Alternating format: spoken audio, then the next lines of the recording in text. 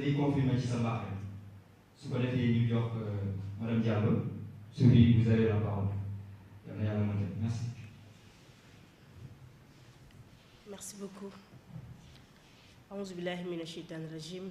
Bismillahi rahmani rahim. Rabbi shrah li sadri wa yassir li amri wahlul uqdatan min lisani yafqahu qawli. Chère marraine d'honneur, Seyda Fatima Bintou Al-Mourchid, Monsieur le représentant de l'Harmattan, chers invités à vos rangs et honneurs,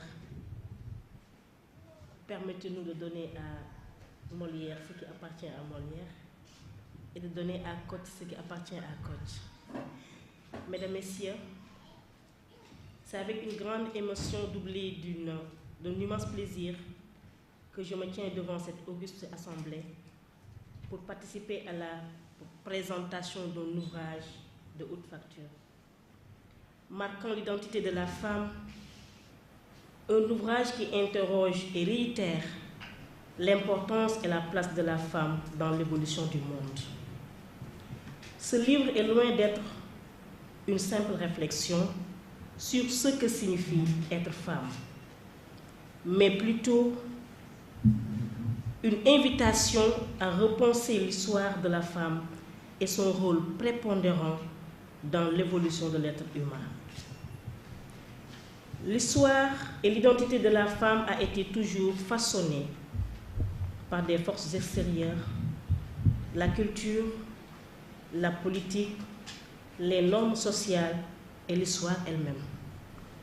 Mais à travers ce livre, l'auteur M. Mansour Niang nous invite à un voyage intérieur, une exploration de l'identité féminine telle que vécue, ressentie et pensée par celle qui la porte.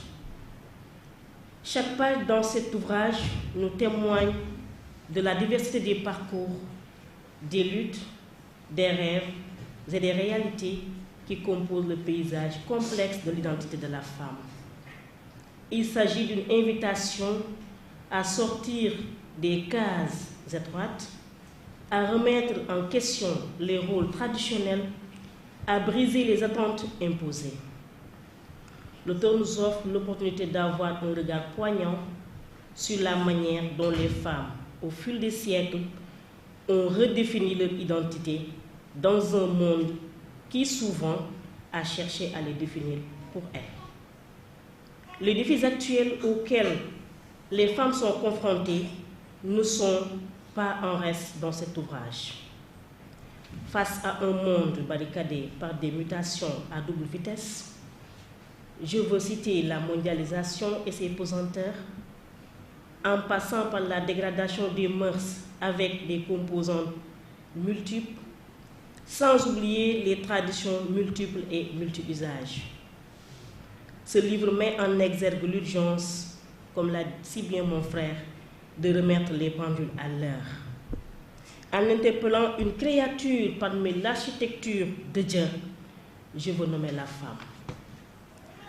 Vitrine de tout système et de toute croyance, socle de vie, baromètre d'une société, clé de tout développement. La femme reste et demeure l'élément incontournable, indispensable, importante et essentielle dans la nomenclature terrestre où se forge continuellement la vie de l'être humain.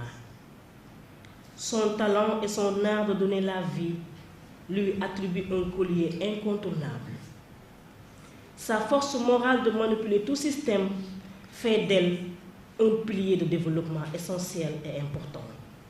Sa capacité d'inculquer, d'enseigner, de former et de forger un produit fini, une personne pleine d'éloges, la place dans le champ de toute réussite. D'ailleurs, on dit très souvent que derrière la réussite de tout grand homme se cache une grande dame. Rappelons les dits de Ahmed Shawqi qui nous disait wa izin nisa'u nashana fi ummiyatin rada'i rijalu jahalatan wa khumullah. Cette attribution à la femme est le résumé de sa personnalité, car cela l'exige d'être perpétuellement en intimité avec Dieu, en inclinant son âme au sacré pour être spirituellement forte. Elle doit se doter ainsi d'un esprit en sorte de découverte, plein de connaissances pour aboutir à être intellectuellement bien formée.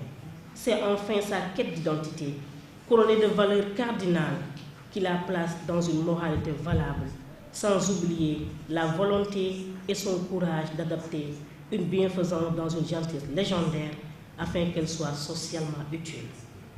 Ayons le courage d'interroger l'histoire des vaillantes dames qui ont rehaussé la valeur et la personnalité de la femme dans l'histoire de notre prophète Sayyidina Muhammad sallallahu alayhi wa sallam. De Sayyidina Khadija par sa bravoure et son courage, en passant par Sayyidina Aïcha par sa capacité intellectuelle remarquable, sans oublier Sayyidina Fatima bintou Rasoul pour sa sainteté, sa détermination dans la mission de l'islam. Entre autres, des femmes qui ont sitôt su que le charme est trompeur, la beauté est passagère, seule une femme dotée de vertu est digne d'éloge. Cela nous rappelle les dits de Mame Cheikh Ahmed Tidiane Sy Al Maktoum qui nous disait qu'être sokhna, c'est un vocable qui sert de qualificatif pour désigner une femme vertueuse. Attribuer à une femme ce titre revient à lui offrir un collier de valeur qu'elle doit monter pièce par pièce, quel que soit son statut. Être sokhna, c'est bien se connaître pour bien se conduire. Être sokhna, c'est se réussir pour réussir son enfant. Être sokhna, c'est avoir des repères solides et des choix judicieux en vue de réaliser un projet de société moderne. Enfin, il nous disait qu'être sokhna, c'est la capacité de bien gérer ses ressources économiques disponibles, mais aussi une conscience éclairée qui humanise les actions de la société. mbokk yi ñu leen di nuyu di leen ziar di leen balu ak jiital si nuyu bi suñu sang suñu wasila Seydi wa Mawlaaya Cheikh Seydi Mouhamadou Moustapha Sy. Remerciement bi moom la ñu koy jox ndax moom mooy yar moo tette moo orienté moo forgé moo formaté moo suur ba tey mu tax mu toog fi mu toog war a bind loo xam ne ilal abadil abidin génération bu ñëw di nga ci miiré wu